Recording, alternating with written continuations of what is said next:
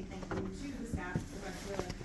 This is probably really tough for you guys, and I know you tried really hard, you worked really hard, and we appreciate you guys so much, and I just wanted to make sure that that was out there, because I know a lot of people have said that they appreciate you, but I don't want you to feel attacked. This is just a hot button, I appreciate you guys.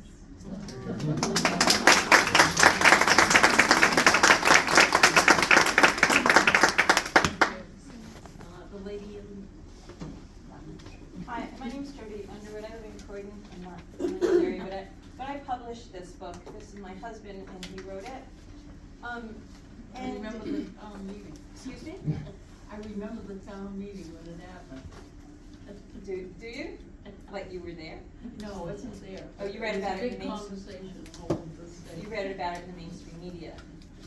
So this book tells the story of what happened from Ian's side, not from what the mainstream media reported. And, you know, it's just interesting. I was just, again, been listening to the comments, and, you know, one comment was, we don't have room on the shelves. This book is less than a half inch in width. I'm going to put that out there. You said you couldn't find comments about it online, yet somebody who lives in town gave it to you and recommended it. That's a comment. May I raise a point of order? Could the library director please direct her attention to the speaker? I'm sorry. Go ahead. I don't know who the director is. It's me. Okay. Do you want me to repeat what I said? No, I'm hearing you. Okay, just making sure. Yeah. So right, so we have, you know, the size, if you can fit on the shelf, half inch. We have the recommendation of a townsperson to put it on the shelf. There's also, yeah, sure, you could get it through interlibrary loan, but you have to know it's there. When you walk down the shelves, if you don't see it there, you don't know it's there. This allows it to be seen. I know other libraries in New Hampshire have authors from around the state. That's what they call local authors, and they have shelves that are specifically about local authors. I've seen them. They're not all just from the small town that the library is in. So I would love to know why you actually didn't want to put this book on the shelves, because none of those reasons make any sense that you gave. Well, I mean, I made it clear to Mr. Esposito in the email that I supplied to him. My staff did meet about the book. Excuse me, one. And we discussed the reason why we cannot, so we get, I would say, hundreds of donations, sometimes a day, sometimes a week. It's impossible for us to go through all of them. This specific donation was specifically handed to us. We are not a book depository. We can't afford to have every book that's donated to us on the shelf. There have been other books in the past that have been donated that were given back to the patrons who had donated them, just because they asked for them back. So because this book was available through interlibrary loan, we felt like, okay, well, out of the 2 donations that we were specifically given, I think in the same week, maybe the same 2 weeks, I'm not sure. We reviewed them both, and we made a decision. We made a decision based on our policies, our procedures, what the discussions that we had. They were not secret discussions. They were just colleagues talking about the book, what we read online, what we know about the book, where it was owned. There was a lot of discussions there. We're professional people. We make these discussions not based on our own personal opinions. There's a lot of books in this library that I would choose not to read, that have things that I don't believe in. But they're here because other people want them, and that's okay. That's what we're supposed to do. This particular book, we just felt like it was available from another library. Our shelf space is a factor, it always is. The shelving we have here is what we have. We order hundreds of books, sometimes a week, sometimes a month, to add to the collection that are new and that are people have requested. No one has requested this book, even through interlibrary loan. That was another factor that we looked into. There was no desire from the community. It's brand new. It just got published this year. Anyway, okay. Thank you for trying to explain, even though I still don't understand why. What did you do with your copy? Did you burn it? Anybody else? Really? Sure. That's completely unnecessary. Lady standing is the lady in green next. Hi, Here, here. Thank you, Scott. my name is Maureen Hardy, and I am against banning books. I would like a library to be inclusive, and as Maria said, include conservative values as well as progressive values. I did donate 11 children's books in June, and I was told by Erin that they would be shelved, but to date, only 5 of them have. The books help teach children about economics and history. They're based on famous economists' ideas, and they simplify it so children can learn about economics. So I'm a bit baffled by some of the outrage here about banning books, where it looks like it's mostly conservative value books that are being slow walked or not allowed on the shelves. And I just want to say again, I was here in June and I did say I do not want our tax dollars as a citizen of Londonderry spent on the NHLTA or on the ALA, because they are one-sided. I know someone who went to the conference in the spring. There was no programs on enrichment of children. There were no programs on helping children read or learn or even constructive playing for socialization. It's become all one-sided, all progressive ideas. And I don't think that our tax dollars should go to those organizations. I know that we had some emails and you said you got some good information from them in the past, but I believe that whatever resources you need, you can find elsewhere that are not biased. Thank you.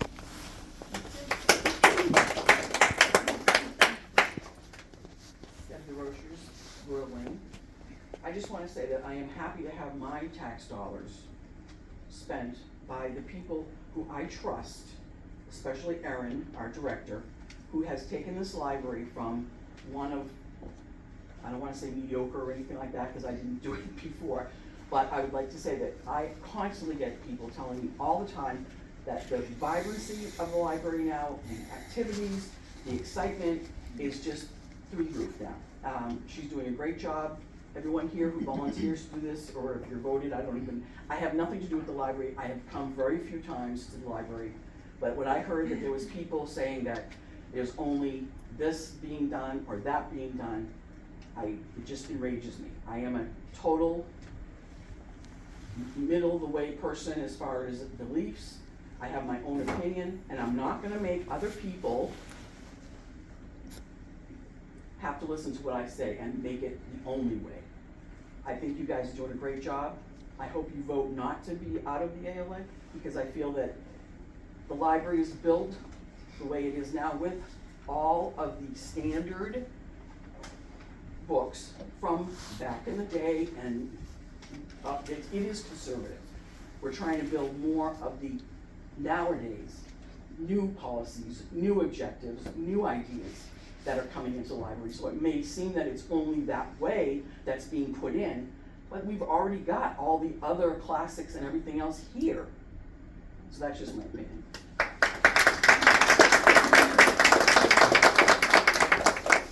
Maybe with the glasses on here first. Erin, can you just explain what the ALA, how they influence the library? And it sounds to me from some of this conversation that they basically control your inventory. Can you explain that? Yeah, so the ALA is the American Library Association. They are an organization that's existed, oh gosh, really long time. They support libraries. They do not control what's in our collection. They do no control over anything in our building. If they can come down here and try to take books off the shelf, that will not happen.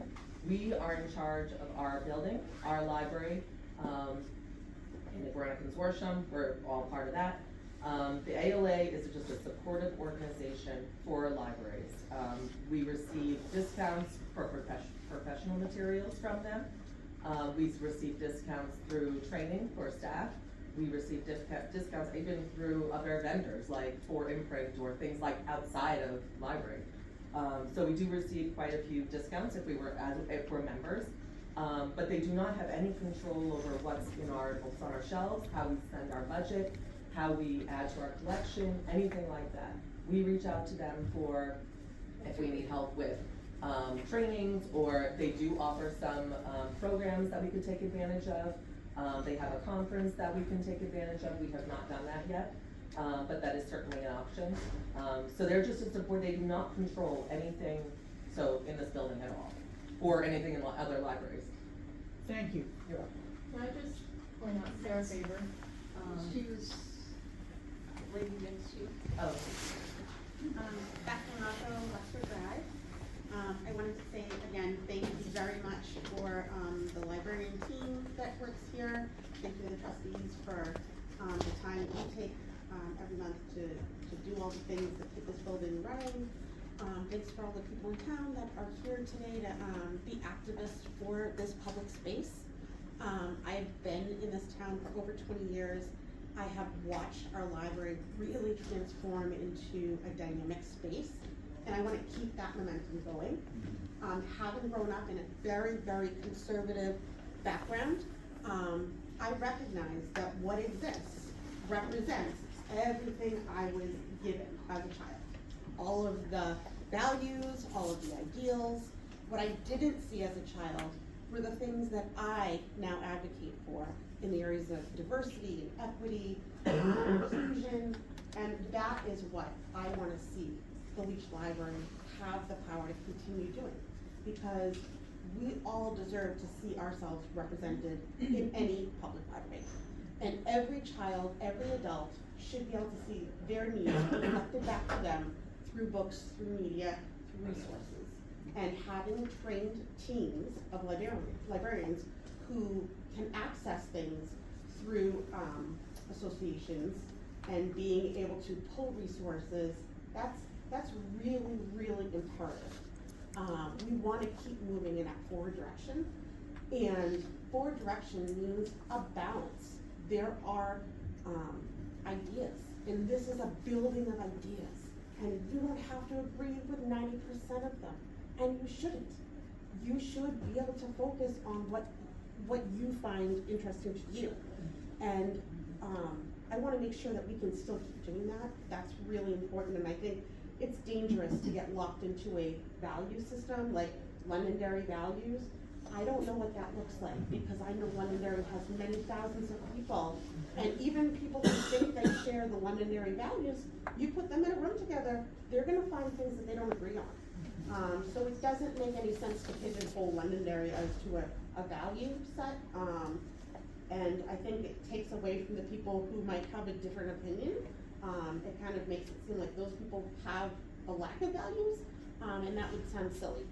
We would never propose that somebody on the other side has a lack of values. So we just want to be really careful with our language, especially if you're a representative and you're using trustee meetings to talk about your values. Be very careful that you're talking about you personally and not the town of Londonderry, because I think we can agree that not everybody shares the same ideals, and I think that this public space should be able to house all of them. Please, please, please, don't withhold from being part of these associations. The trainings are critical, the resources are critical. The fact that the town is asking you not to is pretty critical. So, thank you very much.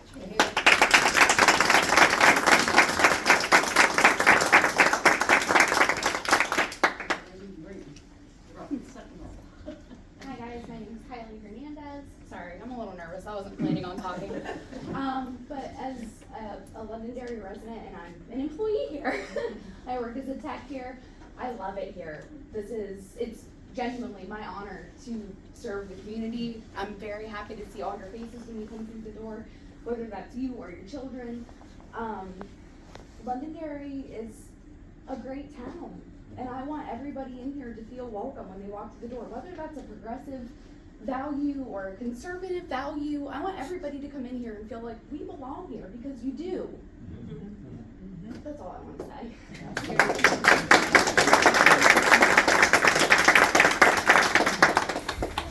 My name is Robin Brogan. I'm on Sanborn Road in Londonderry, and I'm here as a concerned citizen.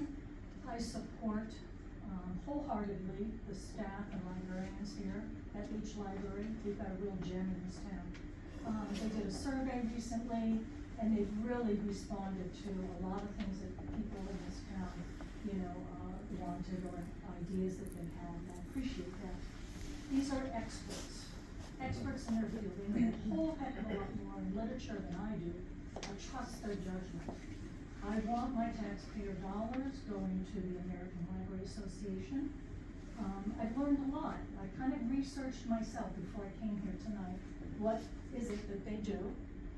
And they started in 1876. It's a organization that promotes literacy, diversity, education, lifelong learning, all the trainings you're talking about. I'm just briefly highlighting some of these things. Equitable access to information and library services. This one jumped out at me. Intellectual freedom. Intellectual freedom is a basic right in a democratic society and a core value of the library profession. The ALA actively defends the right of library users to read, seek information, and speak freely as guaranteed by the First Amendment. Literacy, organizational excellence, transforming. It's a support, it's a connection to everything in this country, all the libraries here. So, that's why I want my tax on. And thank you for all you do.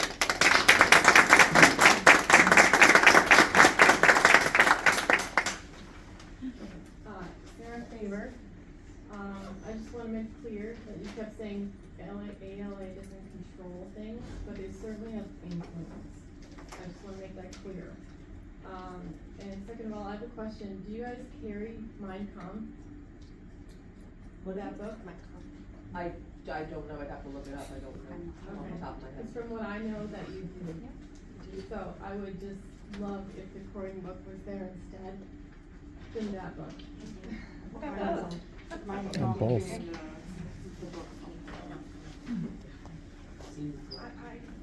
Whoa, red flag. Hi. Your I hate- information, or you just no, giving your name? both. The last name's Saw, Mountain Home Road. I've worked at Barnes & Noble for 15 years selling books. I've sold books I personally hate, I despise, and I handed them over gladly. I will take them to the political section and go, oh, fine, and smile and give them the book. I've been here several years with my kids. Both my children have gone through the school system and been quite successful. But to say that you have a book on a shelf and you shouldn't, and especially that book of all books, frightens me. I am so against that book. 110, 1,000%. There's not even a percentage I can give you that book upsets me. But it needs to be here. It needs to be here. That's the point. And if anything, it's a conservative book. All you conservatives should be up in the holiday. Yippee! I shouldn't say that. That's why. Regardless, my point is, everyone has the right to it. I hate that book. I despise it. It's not something I want to read. But it should be here. I guess. And I support the library. All of you have been wonderful. One of you have done story hours with my kids now, 31 years old, I think. But, yeah. I'm sorry. All books should be not on the shelf.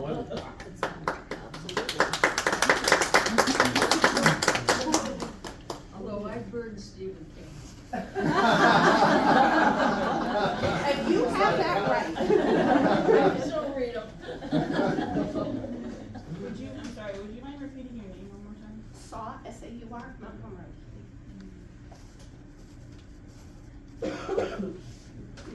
Ian Underwood from Croydon, the author in question. I just want to point out, they don't need to have Mein Kampf here because it's available through interlibrary loan.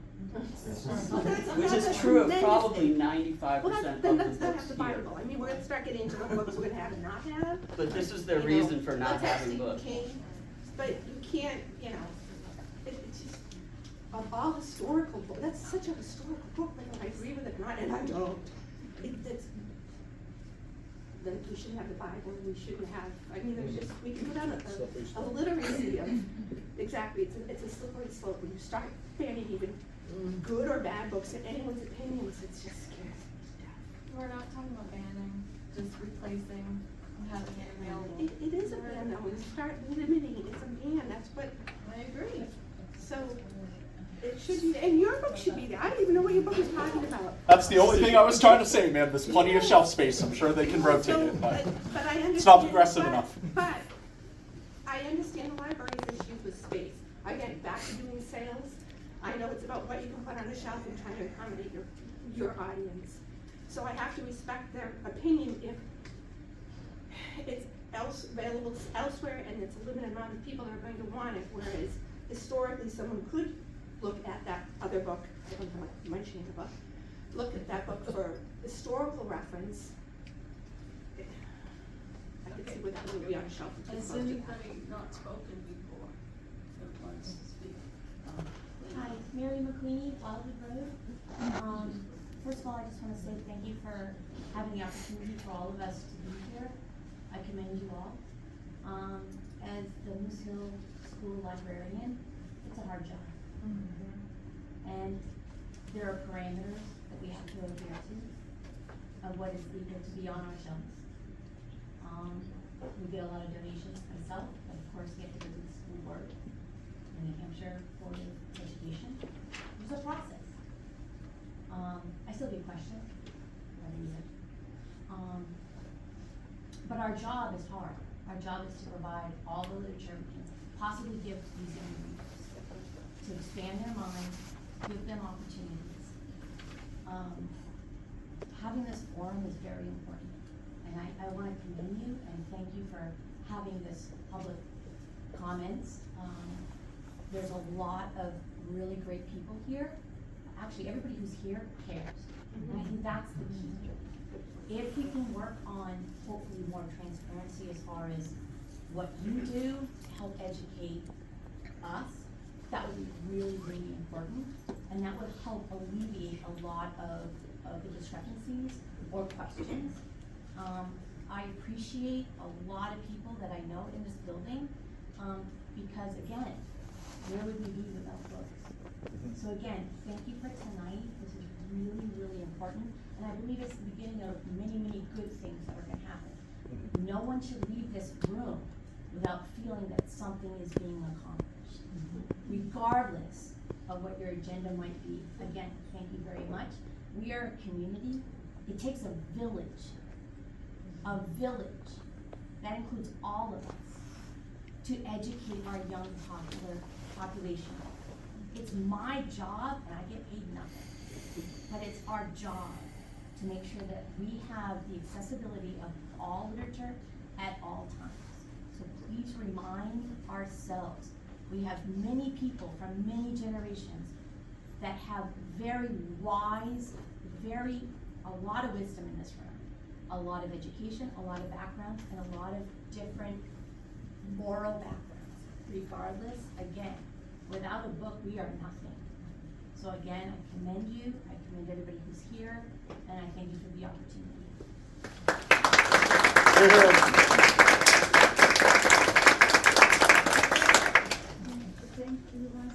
I have spoken before, is it okay? Very briefly, could I just ask, the ALM membership, I tried to do some research on it, but I had difficulty finding it in the budget. Can you tell me how much it is annually and what percentage of, what the overall library budget is?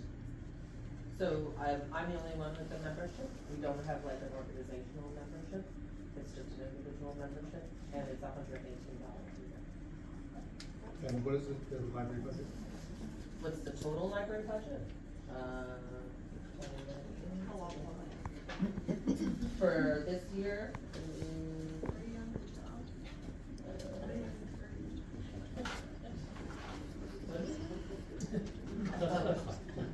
$1,311,742. Thanks for clarifying. I'm trying to get a sense of the perspective. Thank you for letting me speak. Okay, I think we'll get on with the meeting then. Thank you very much. Could I speak because I was personally attacked? I don't think so. No. I'd like to speak because there's been information. Because there's information posted on Facebook about me, We have nothing. Madam Chair, I'd like to hear from my elected official if possible. I voted for this woman. I'd like to hear her I don't think remarks. she should be allowed to. I don't think she needs to do her personal things here. You can talk to somebody outside. It's public comment. You wanna talk to somebody, go out. Thank you very much. Go in the hallway. Thank you very much. See you guys. This is on Thank you Facebook. very much. We have a letter to read in. Sorry, guys. Somebody sent us a letter and asked us to Somebody read it. sent me a letter and asked me to read it in public comment, so, dated October 30th, Dear Leech Library Board of Trustees. I'm aware that select materials and resources, including the book Gender Queer, have recently been challenged in our town library because it does not align with the personal opinions and values of a select few. As a resident, parent, and health educator, I strongly urge you to continue to make this book available to patrons to uphold the right of all young people in our community to read. Unrestricted access to diverse literature is critical to the learning of our youth and allows them to exercise their freedom. Books are tools for understanding complex issues such as gender and sexuality. Limiting young people's access to books does not protect them from life's complex and challenging issues. If students are not able to access books to help them understand and answer their difficult questions, they will seek answers from alternative sources such as the internet. A Google search on sexuality and identity questions could lead to a young person down a much more dangerous path to inaccurate and unsafe information sources. We all have the same goal to protect the children of Londonderry, communities that are inclusive to all people, despite their differences, see lower rates of bullying and are safer places to grow up. Please continue to make our town a safe place for all Londonderry children to live in. Sincerely, Elizabeth Logan. So, that's true. Thank you. Okay, now, we're with public comment and move on to the secretary's report.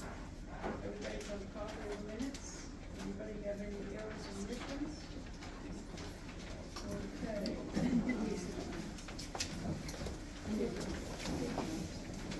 Carol moves we accept the minutes in seconds. All in favor, say aye. Those opposed? Thanks so much for sitting here with us.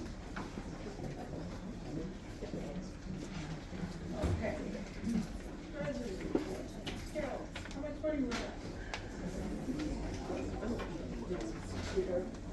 It's in your packet.